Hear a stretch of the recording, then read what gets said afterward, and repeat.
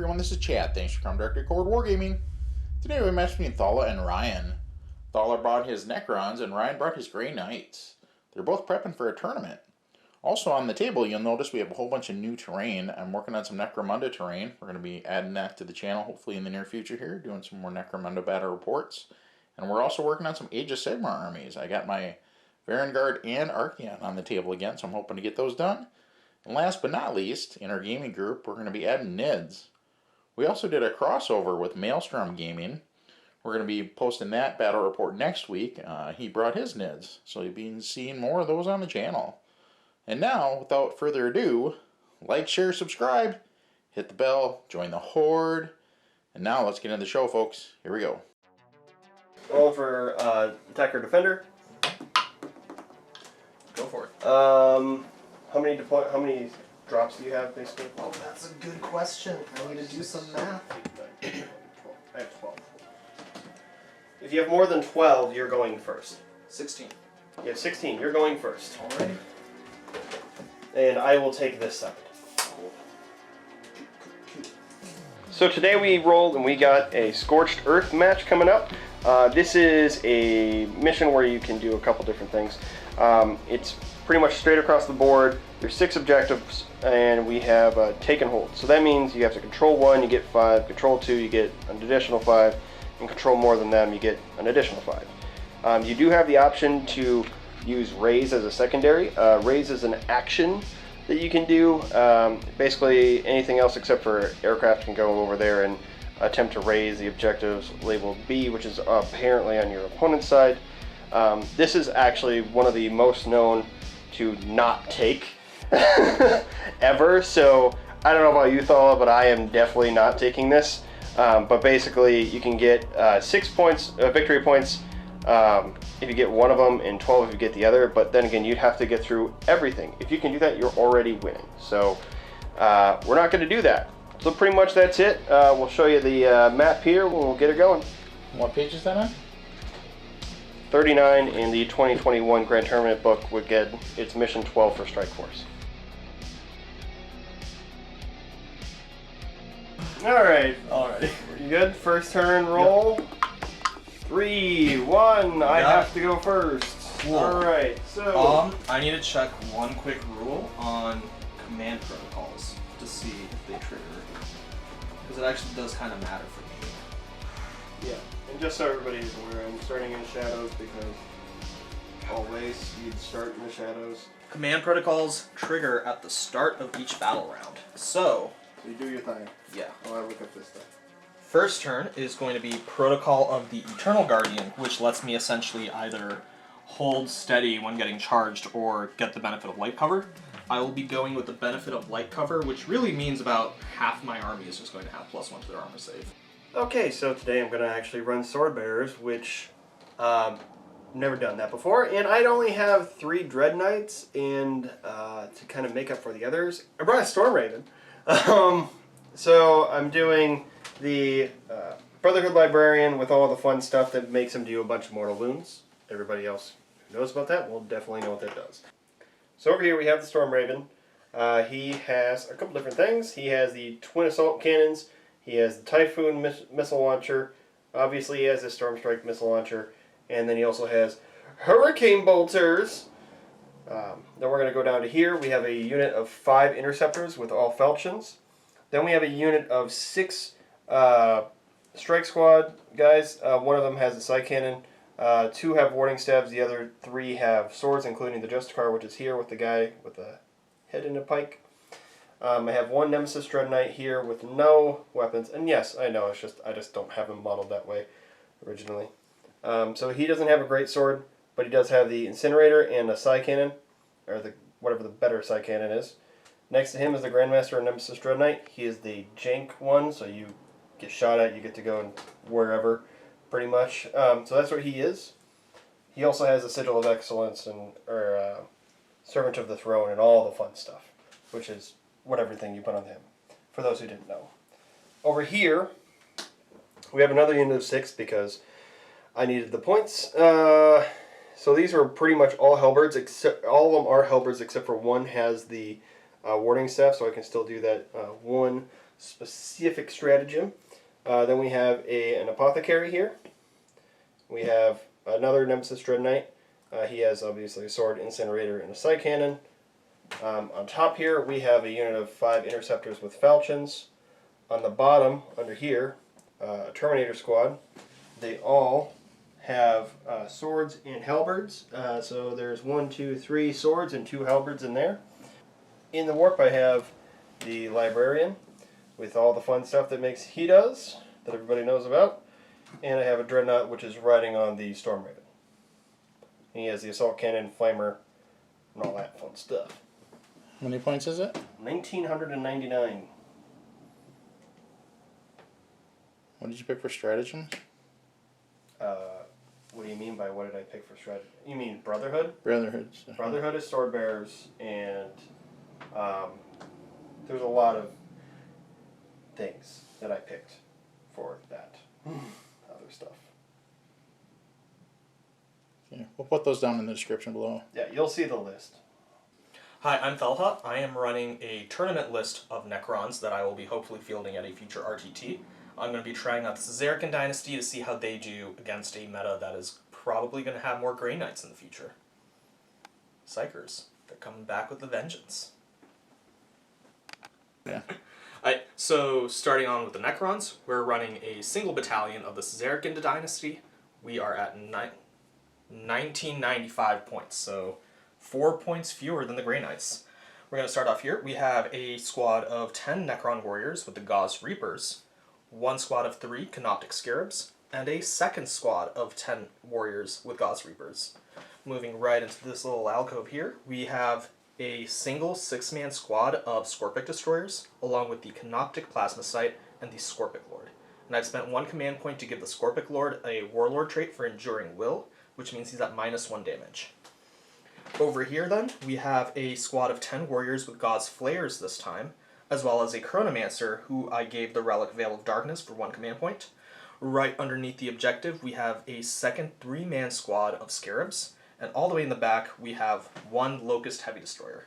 We then have 2 other separate units of single Locust Heavy Destroyers, so I can max out the reroll wound per shooting trait that the Caesarican Dynasty gives. I have a 10-man blob of Lich Guard with swords and shields, and an Overlord, who is going to be my Warlord. He has the Orb of Eternity relic to buff up his Resurrection Orb, and his Warlord trait is the Triarch's Will, which lets me choose 4 command protocols and then duplicate 1 of them for my 5th. Lastly, we have a 5-man squad of Triarch Praetorians with the staves, or the Rods of Covenant, and then I have my Nightbringer, and my Nightbringer knows the Antimatter Meteor, along with the Death's Gaze, or the Gaze of Death, Satan power. This ends up being 1995 points, I'm 5 points under, and I spent 2 command points at the start for the additional Relic and Warlord trait, leaving me with 10 command points to start.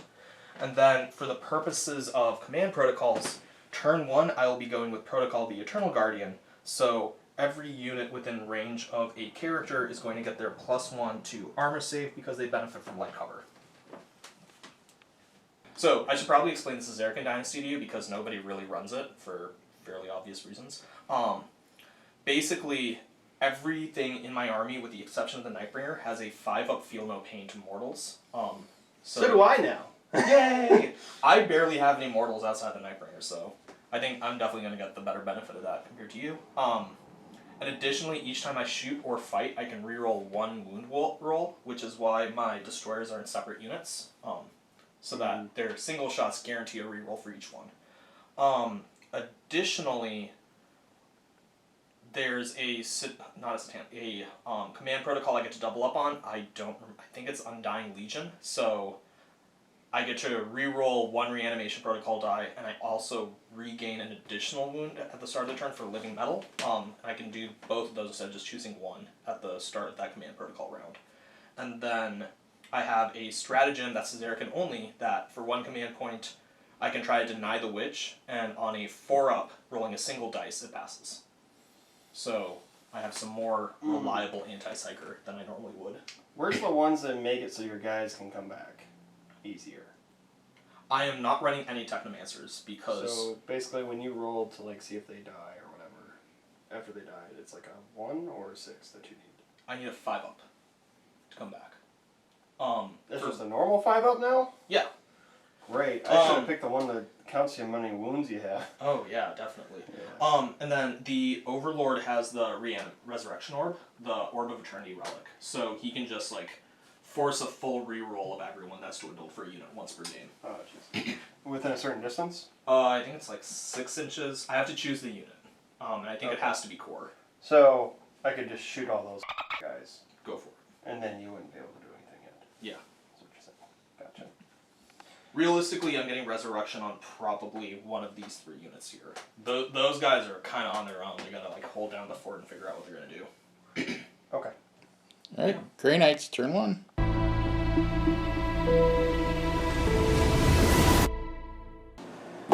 Alright, so that was a little less fruitful than I thought. I forgot about the towers, since it's over 5 inches and the front is there. We counted it as obscuring, so on his side, my 3 Dread Knights were not able to shoot there, but I still picked them. I brought my Storm Raven over here to shoot at them. It was less than successful. My Hurricane Bolters didn't do anything here. They actually died later. But I was able to take out a unit of warriors, these Scarabs, and only 2 warriors there.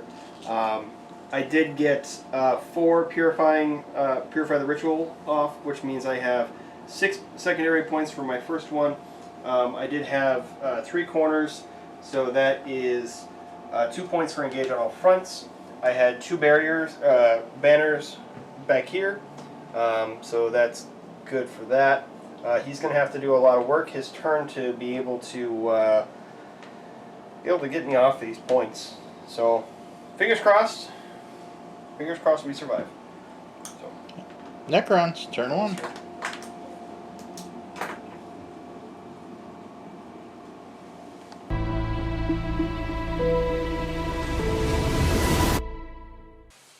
Alright, bottom of turn 1. This was bad. So essentially we had some shooting going down from the heavy destroyers that ended up chunking down the Storm Raven a bit. So the Storm Raven's basically halved.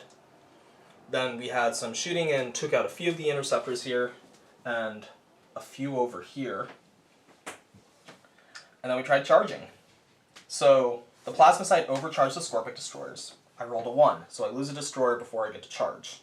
And then Overwatch ate the other destroyer, so I'm already down 2, so I only have 3 going into the charge.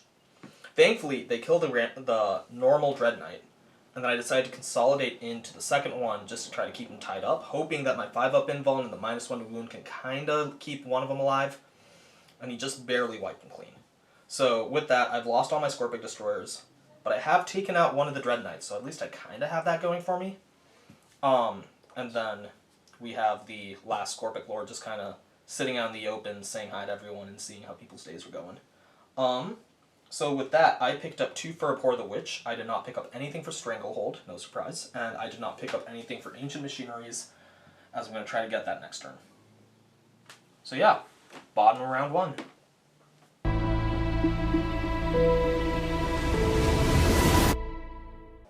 Okay, so that was a bloodbath. I got to do some things with this new librarian thing. Kind of worked. So starting from the back, I moved some guys up. I had moved this unit of strike squads up, but I then gated them across. And through a bunch of shooting and stuff, we took out a ton of these guys. The interceptor squad that had 2 guys left died because he interrupted. So I have 3 guys left here to kill this squad and the big dude versus my squad of 6 guys with all halberds except for 1 with a ward staff. My librarian is here. My apothecary's there doing their thing. I purified this turn. I was only able to get 4 points total for purify. I had these guys move up and take some shots. He had locked me up with this guy, so he's dead. We have 3 guys here. All 3 of these guys charged, so he was gone. We shot at these guys a bunch. The big helpful thing is I went into hover with my Storm Raven, and I dropped my big boy, the Dreadnought, there. So now he's on the field, and I now have control of that objective for right now. So, I did get 15 points for primary, so that's 15 points for primary, 4 points for purifying ritual, 2 points for raised barriers or banners, and then for engage on all fronts. I am in this zone now, so 3. I get 3 points for engage on all fronts this turn. So yeah, that's the end of Grey Knights turn 2. You didn't mention who took out these guys right here. Stormraven did, right? Stormraven did. Actually, no, the silencer from the Oh, yeah. the Gatling silencer from the Grandmaster took out those guys. From that dude right there. Yeah, guy with the 2 swords. So yeah, that's what we got. Alright, Necrons, turn 2.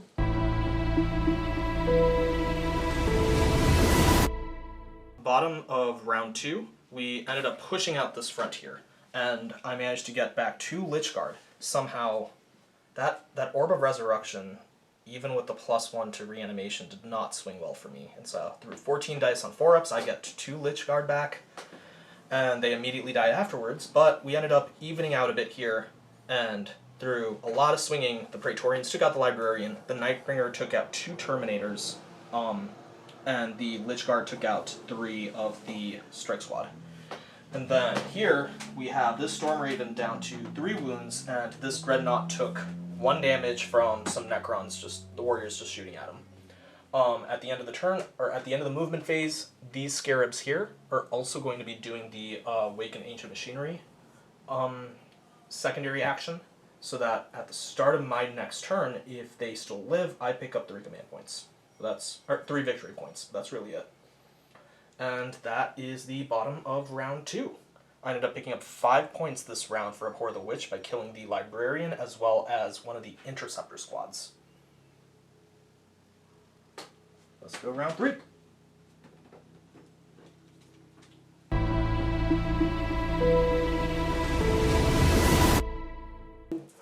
Alright, so that's the end of round 3 for Grey Knights. I scored 15 points for primary. I got 2 for Purifying Ritual. I got 2 for Raise the Banners. And I got 2 for Engage on all fronts. Unfortunately, his Saitan is insane. So he has 1 wound left. He's going to gain another wound at the next turn, correct? Mm-hmm. So he'll have 2. He's going to wipe all of these guys next turn. My Grandmaster failed all his stuff to jump in. What should have happened is I should have jumped back and gone in, but I failed on that part myself. So I moved everybody in. I'm still going to get 15 points my next turn, guaranteed, because I have 1, 2, 3. I did take out one of your big cannon guys in the back, but you took out the rest of my strike squad, and those guys are powerful as hell, so they're going to start wiping. So as we move through the rest of this game, we're just going to go from here. Alright, so here we go. Necrons, turn 3.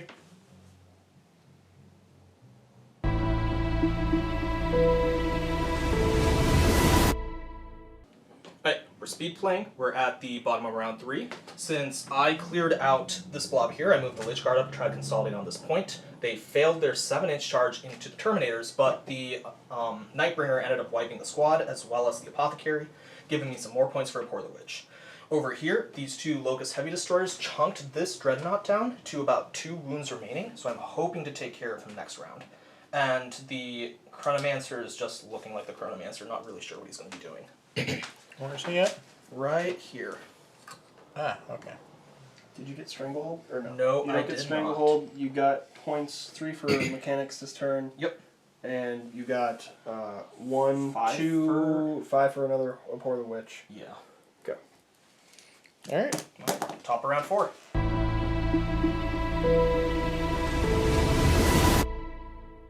So again, speed playing here. We went through the parts that matter, which is me killing his big Deathbringer guy. He did 3 wounds to me as he exploded, which is always fun.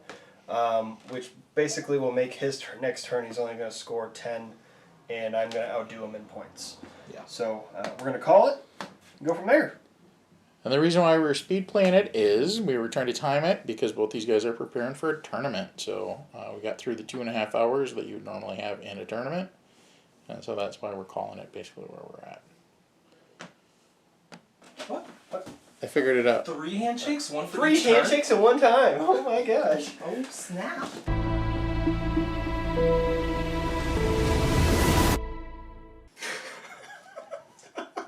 Okay, so that's it for Necrons and Grey Knights. It was a pretty good game. I played Sword Bearers pretty shittily, but it still worked out. Who would you say is your MVP of the game? I already know who it is. It's the Nightbringer. Yeah. Just the fact that the Nightbringer can make his points back killing the Terminators. Yeah. And then what about your least valuable player? The Scorpics were a useful distraction. I don't think...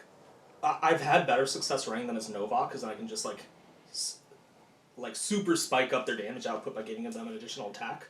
Yeah. Not as scary when they were only able to do 12. Yeah. Being able to potentially do, 5 attacks each with 10 of them for, 30 damage max, which never happens, but, is a scary possibility. Yeah, I'm not a huge fan of them in the Caesarian Dynasty.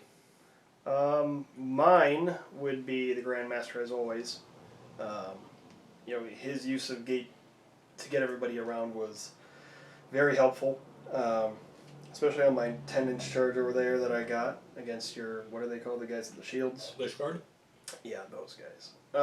My least valuable, I would say, was honestly the Storm Raven.